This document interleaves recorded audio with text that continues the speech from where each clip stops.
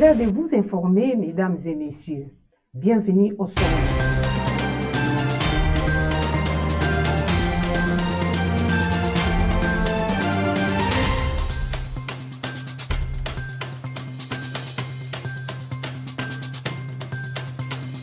L'ancien ministre de Justice et garde des Sceaux, Constant Mutamba, écope de 3 ans de travaux forcés pour détournement.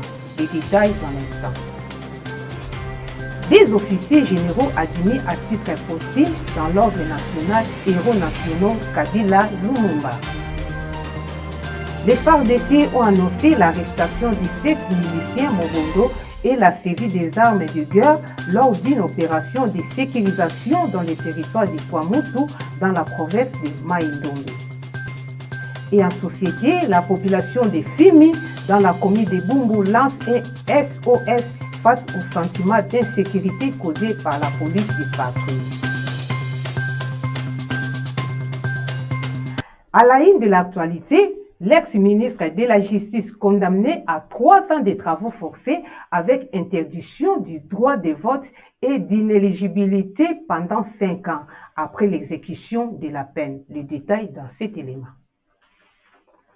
Constant Mutamba, condamné à 3 ans de travaux forcés pour détournement par la Cour de cassation. Interdiction pour 5 ans après exécution de la peine du droit de vote et du droit d'éligibilité. Interdiction d'accès, fonction publique. Prévention du droit à la libération conditionnelle et à la réhabilitation. Restitution de 19 millions de dollars américains. Le lieutenant général et ancien gouverneur du Nord Kivu et un général de brigade ont été élevés à titre posthume au rang des grands officiers et commandeurs de l'ordre national et héros nationaux Kabila Lumumba pour leur bravoure à la défense de la patrie contre l'agression rwandaise, selon une ordonnance présidentielle lue lundi lors de leur obsèque au Palais du Peuple à Kinshasa. 2 officiers généraux admis à titre posthume dans l'ordre national héros nationaux Lumumba et Kabila. Le général-major Peter Chirimwa Mukuba, ancien gouverneur militaire du Nord Kivu, touché par balle au front à Sake au mois de janvier, et le colonel Alexis Rubabisha, décédé sur les champs de combat en défendant la République démocratique du Congo contre l'agression dans sa partie Est, a déclaré le vice-premier ministre de la Défense Guy Kabongo. Dans sa lecture du document, le chef d'état-major adjoint de FARDC chargé de l'administration et de la logistique a vanté les qualités morales, intellectuelles, surtout professionnelles de ces 2 officiers. Le général Peter Chirimwa Mukuba est mort à Kinshasa suite de blessures par balle sur la ligne de front à Sake, dans le territoire de Masisi au nord Kivu, tandis que le général Alexis Ribabisha est tombé dans le territoire Kaele au site Kivu. À son arrivée au lieu du deuil, le président Félix Tshisekedi, accompagné de la distinguée première dame, s'est recueilli devant le dépouille de ces 2 officiers avant d'aller réconforter les familles biologiques de ces 2 vaillants soldats. Plusieurs personnalités civiles et militaires, dont le chef de corps constitué, ont marqué leur présence à ces obsèques. Après la cérémonie funéraire, les 2 officiers généraux ont été conduits à leur dernière demeure, nouveau cimetière repos du soldat dans la commune de Lantsele à Kinshasa.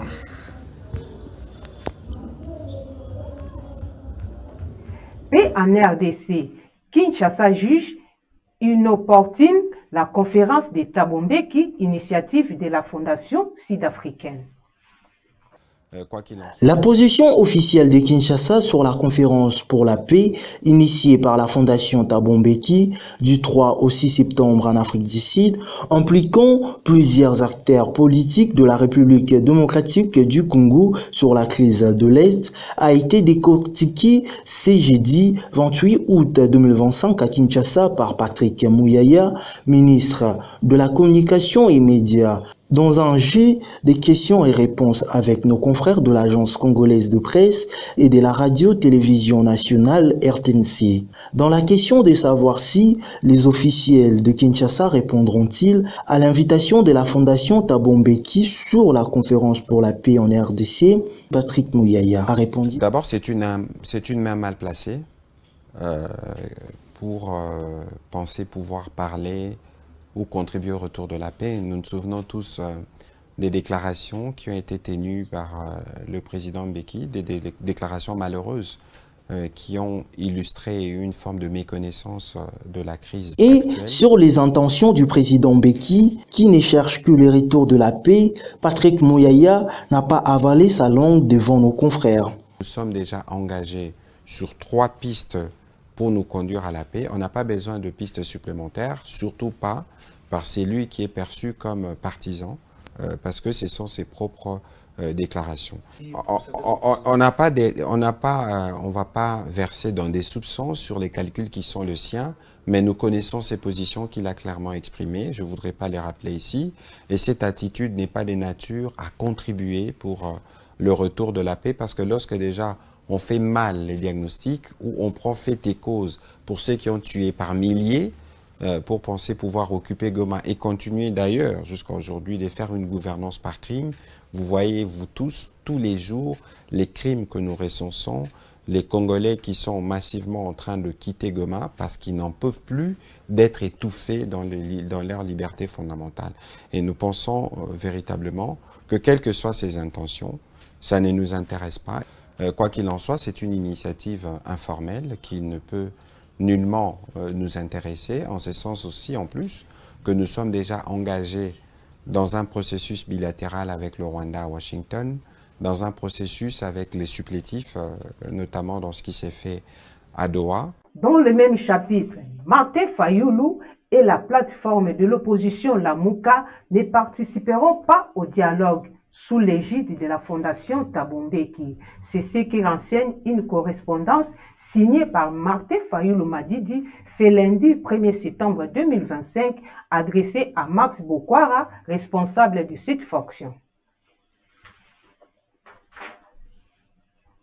Et en sécurité, l'armée annonce l'arrestation de 7 miliciens Mobondo et la saisie des armes de guerre lors d'une opération de sécurisation menée à Kwamotu dans le Maïdombe. Les forces armées de la République démocratique du Congo, FARDC en sigle, dans le cadre des opérations de sécurisation menées dans les territoires des Kwamont, annoncent l'arrestation de 7 éléments Mobondo et la récupération de 5 armes, dont un fusil d'assaut de type AK-47 ainsi que de munitions de guerre, a déclaré le capitaine Anthony Mwalushayi, porte-parole des opérations, et de préciser, l'opération s'est déroulée dans la nuit du dimanche 31 août à lundi 1er septembre au village Au Revoir sur la route nationale numéro 17. Le rebelle capturé serait impliqué dans un braquage commis le même jour contre un camion en provenance de Kinshasa, au cours duquel des passagers d'ethnie Teke ont été séquestrés, torturés et dépouillés de leurs biens, selon cette source. En réaction de cette action de miliciens, une patrouille de combat partie du village Kinsele a été lancée pour sécuriser la zone et poursuivre la traque des éléments armés Mobondo. La source a également rassuré que le commandement des opérations a promis d'utiliser des méthodes appropriées afin de restaurer durablement la paix dans cette partie du territoire des Kwamont. À tous les officiers et commandants engagés sur les terrains, l'état-major a rappelé l'importance de respecter strictement la mission régalienne des FARDC qui consiste à protéger l'intégrité du territoire national et assurer la sécurité de toute personne congolaise ou étrangère sans discrimination, en se gardant de toute implication dans les conflits intercommunautaires, notamment ceux qui opposent les communautés Teke et Yaka.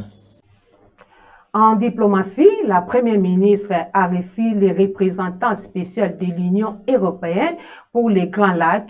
Aux échanges, la question sécuritaire, la situation humanitaire et les processus de paix de Washington et Doha. La première ministre Judith Suminwa s'est entretenue lundi soir avec les représentants spéciaux de l'Union européenne pour la région des Grands Lacs, Johan Bogdan, sur la situation humanitaire à l'est de la République démocratique du Congo. Nous avons évoqué avec la première ministre la situation humanitaire dans les pays, comment collaborer pour résoudre la situation dans l'est de la RDC. Nous avons aussi évoqué l'état actuel des processus de paix en cours, Doha et Washington. C'était un honneur de nous entretenir avec la première ministre, a déclaré Johan Bogdan, représentant spécial de l'Union européenne pour la région des Grands Lacs, cité par la source.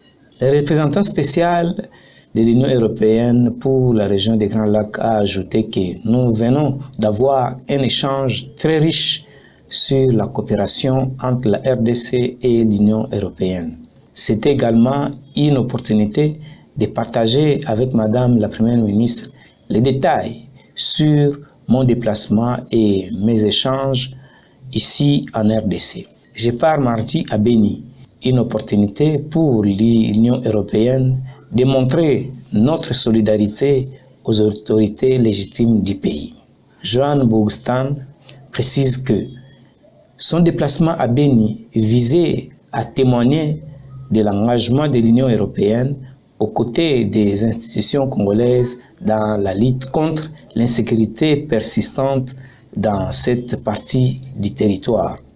Nommé en 2024, Johan Bogdan a pour mission de mettre en œuvre la stratégie renouvelée de l'Union européenne pour la région des Grands Lacs. Celle-ci vise notamment à promouvoir la paix, la stabilité et la sécurité dans la région, encourager la désescalade politique et favoriser un dialogue inclusif, soutenir les processus de médiation régionale et les institutions africaines impliquées.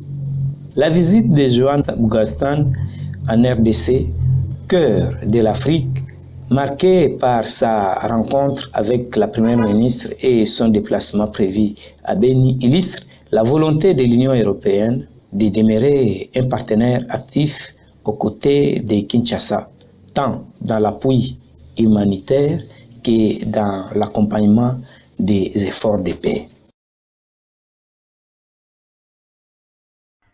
Toujours dans le même chapitre, une rencontre officielle s'est tenue ce mardi 10 septembre entre la Première ministre Judith Suminwa Tuluka, chef du gouvernement de la RDC, et la délégation de l'émirat du Qatar, conduite par son Altesse tchèque Massour Bin Djabor, à la tête du gouvernement de Kinshasa, à la présentation d'une lettre d'intention portant sur un investissement de près de 21 milliards de dollars en République démocratique du Congo.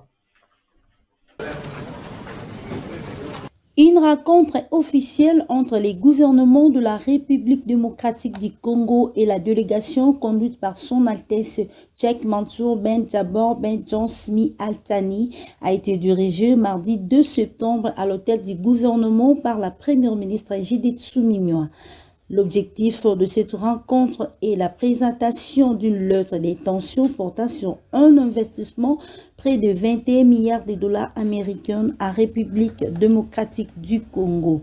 Selon Tchèque Mansour Ben Djabor Ben Jansmi Altani, c'est un partenariat stratégique associé à l'entreprise privée Al Mansour Holding, État du Qatar et la RDC, et a touché de plusieurs secteurs clés du développement national. Nous avons la pêche et l'élevage, l'environnement et la gestion du déchet, la santé publique et l'industrie pharmaceutique, le finance et la banque, la cybersécurité, les mines, les hydrocarbures, raffinage et agriculture. Dans la lettre d'intention que nous avons remise à Madame la Première ministre, Son Excellence, précise le budget d'investissement que nous allons mettre en RDC, qui a été de 21 milliards de dollars dans différents secteurs, qui partent de l'agriculture, aux finances, aux mines, à l'exploitation minière, logistique, banque et finances, et plusieurs secteurs divers en RDC.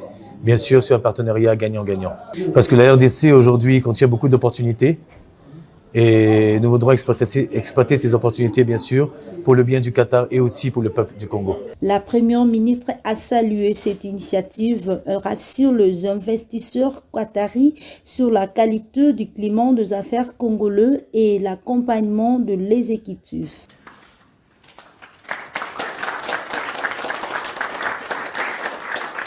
À la fin de cette audience, Cheikh Mansour Ben Jabor Ben Jansmi Altani a exprimé sa reconnaissance à la chef du gouvernement et a promis d'accélérer les démarches pour installer son entreprise en RDC et réaliser ses promesses.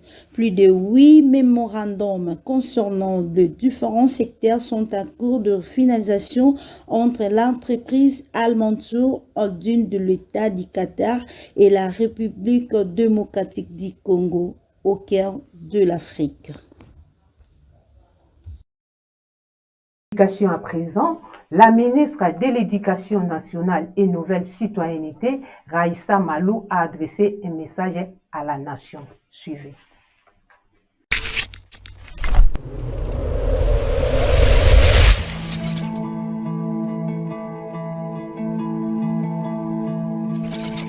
Mesdames et messieurs, chères enseignantes, chers enseignants, chers parents, chers élèves, c'est avec une immense joie que je m'adresse à vous pour annoncer le lancement ce lundi 1er septembre de la rentrée scolaire 2025-2026. Cette période demeure un moment clé pour nos élèves, nos enseignants et l'ensemble de la communauté éducative. En collaboration avec tous nos partenaires, l'administration de l'Éducation nationale et Nouvelle Citoyenneté se mobilise pour faire de l'école un lieu de formation de citoyens responsables et engagés. Nous avons pris des mesures concrètes pour encourager les pratiques civiques au sein de nos établissements. Cette année, nous nous engageons à bâtir un environnement d'apprentissage encore plus stimulant et inclusif.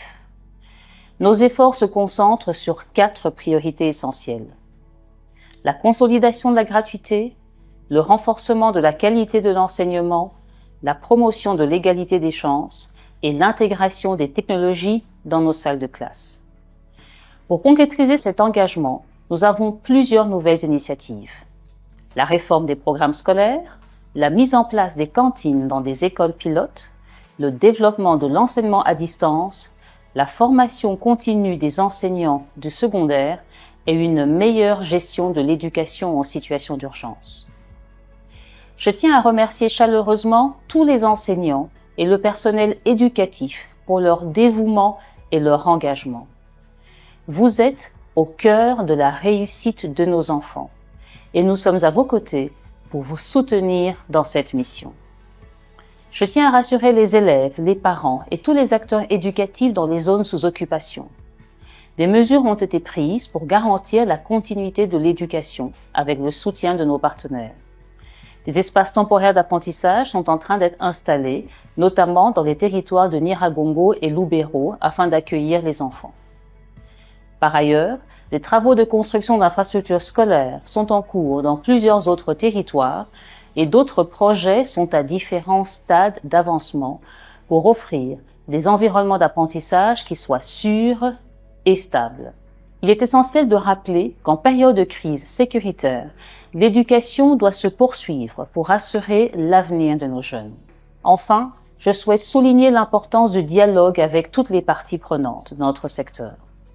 Ensemble, nous pouvons créer un cadre propice à la formation des jeunes citoyens actifs. Je vous souhaite ainsi à toutes et à tous une excellente rentrée scolaire 2025-2026. Ensemble, faisons de cette année une belle réussite. Nous sommes l'Éducation nationale. Nous préparons l'avenir de nos enfants, nous construisons la nation. Je vous remercie.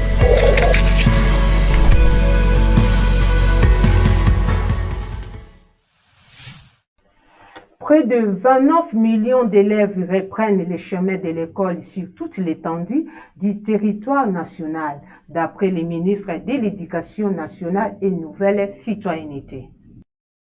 Ce lundi 1er septembre 2025, sur toute l'étendue du territoire national, selon le chiffre du ministère de l'Éducation nationale et Nouvelle Citoyenneté, près de 29 millions d'élèves, notamment des écoliers, des collégiens et des lycéennes, reprennent le chemin de leurs établissements.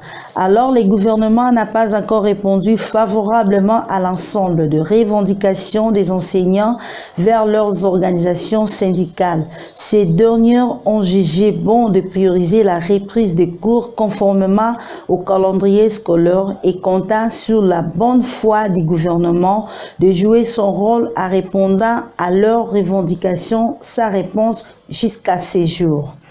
La ministre de l'État, ministre de l'Éducation, Raissa Malou, lors de la dernière réunion du Conseil des ministres, a présenté la note d'information sur l'établissement des organisations envers les partenaires sociaux du secteur de l'établissement de l'éducation nationale.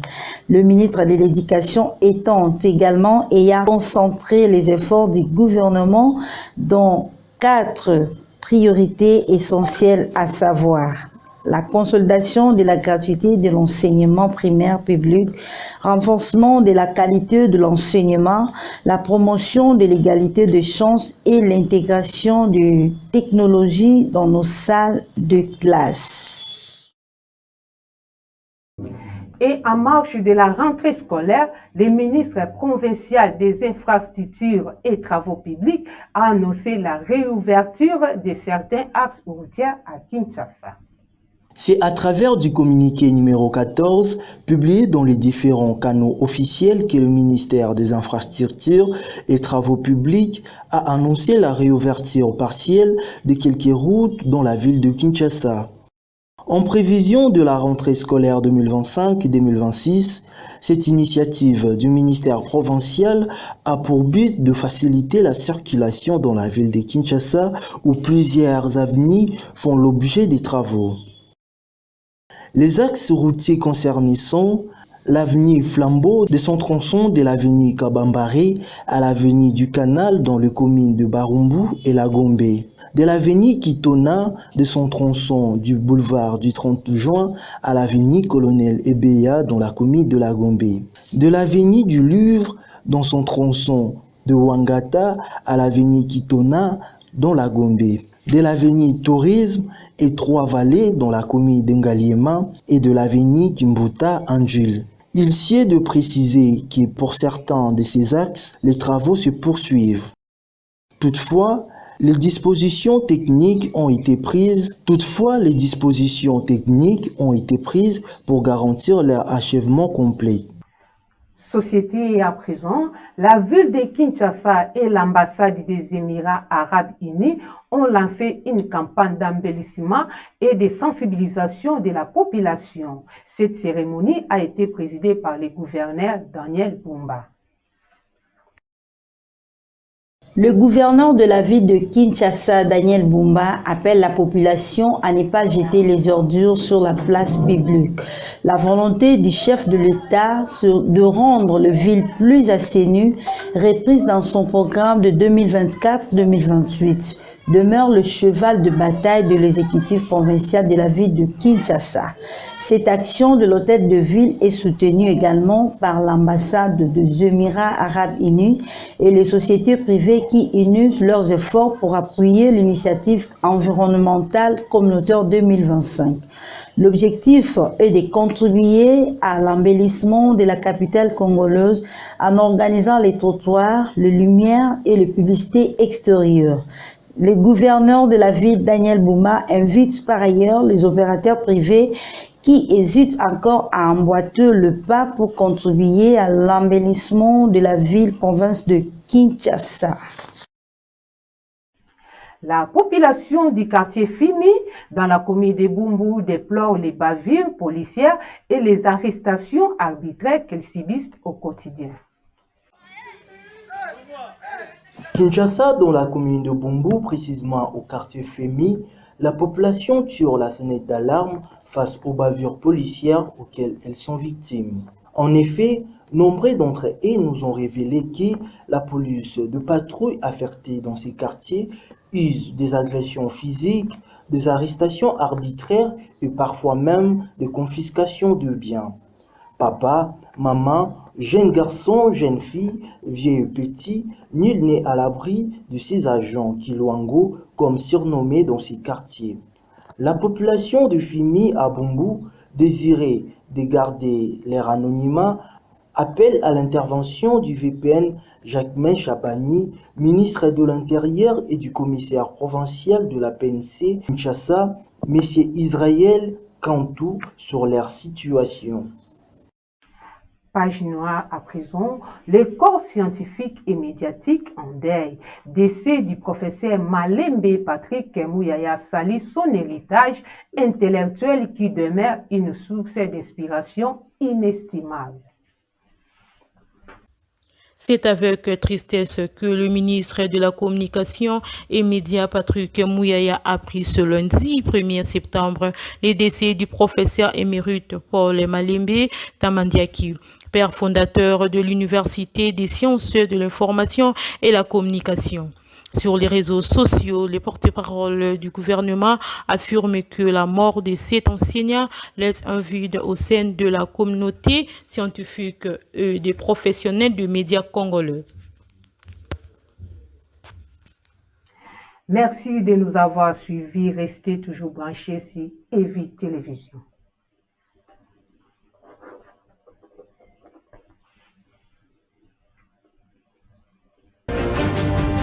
Audio